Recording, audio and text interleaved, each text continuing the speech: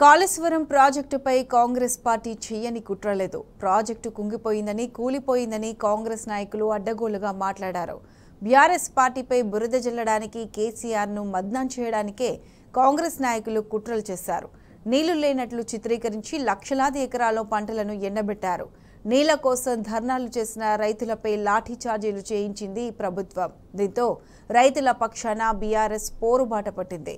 రైతుల గోస చూడలేక కేసీఆర్ నిన్న నల్లగొండ, జనగాంలో పర్యటించి ఎండిన పంటలను పరిశీలించారు. రైతులకు ధైర్యం చెప్పారు. కేసీఆర్ పోరాటంతో దిగివచ్చిన ప్రభుత్వం రాత్రికి రాత్రే కాళేశ్వరం నుంచి నీటిని విడుదల చేసింది. దీంతో ఇది కాలం తెచ్చిన కరువు కాదు, కాంగ్రెస్ తెచ్చిన కరువేనని తేలిపోయింది.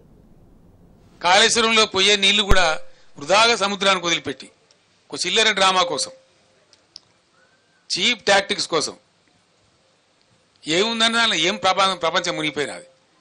దాన్ని ఏదో ప్రచారం చేసి ప్రపంచం కొట్టుకుపోయినట్టు, భూమండలం అంతా కింది మీద అయినట్టు, దానిలో ఎందో జరిగిపోయినట్టు ఓ లంగా కథ పెట్టుకొని మీ అసమర్థతను కప్పించుకోవడానికి చేసినారు. పోయే నీళ్ళని వృధా వదిలిపెట్టినారు. మొన్నటి వరకు విచిత్రం ఏంటంటే మొన్నటి వరకు కూడా 6,000, 7,000, 8,000 క్యూసెక్లు పోయినాయి.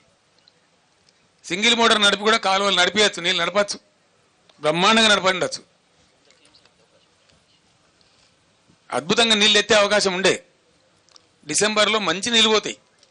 వీళ్ళు గవర్నమెంట్కి వచ్చే టైంలో 25,000, 30,000 క్యూసెక్ల నీళ్ళు పోతూ ఉంటాయి. ఏమైంది దాన్ని ఎత్తడానికి నాకు అర్థం కాదు. తీయమా? ఎమర్జెన్సీ ఉంటే తీయమా? పైన ఉన్నటువంటి బ్యారేజ్లలో నీళ్ళు ఏదో తమాషా కోసం వదిలిపెట్టి సిపిఐ వాటర్ పోతే దాన్ని ఏదో ఫోటోలు తీసి, వీడియోలు తీసి అదేదో మొత్తం కథమే అయిపోయిందని ఓ లంగా ప్రచారం చేసి ఏమున్నదని తోకుంటుందా? ఒక చిల్లర రాజకీయ కథ చేసి నీళ్ళు ఇయ్యాల నీళ్ళని వదిలిపెట్టండి మీరు. ఇంకా విచిత్రం ఏందండి, సమ్మక్క బ్యారేజ్కి ఏమైంది? దేవాలయ నీళ్ళు ఎందుకు పంపు చేస్తలేరు? ఎందుకు ఇలా స్టేషన్ కాన్పూర్లో, జనగామలో, ఆలేరులో ఎందుకంటే పెడుతున్నారు పొలాలు? ఏం రోగం వచ్చింది మీకు? పవర్ సేవ్ చేస్తారట. ఎవరి కోసం సేవ్ చేస్తారంటే రైతులు ఉరిదీయడానిక.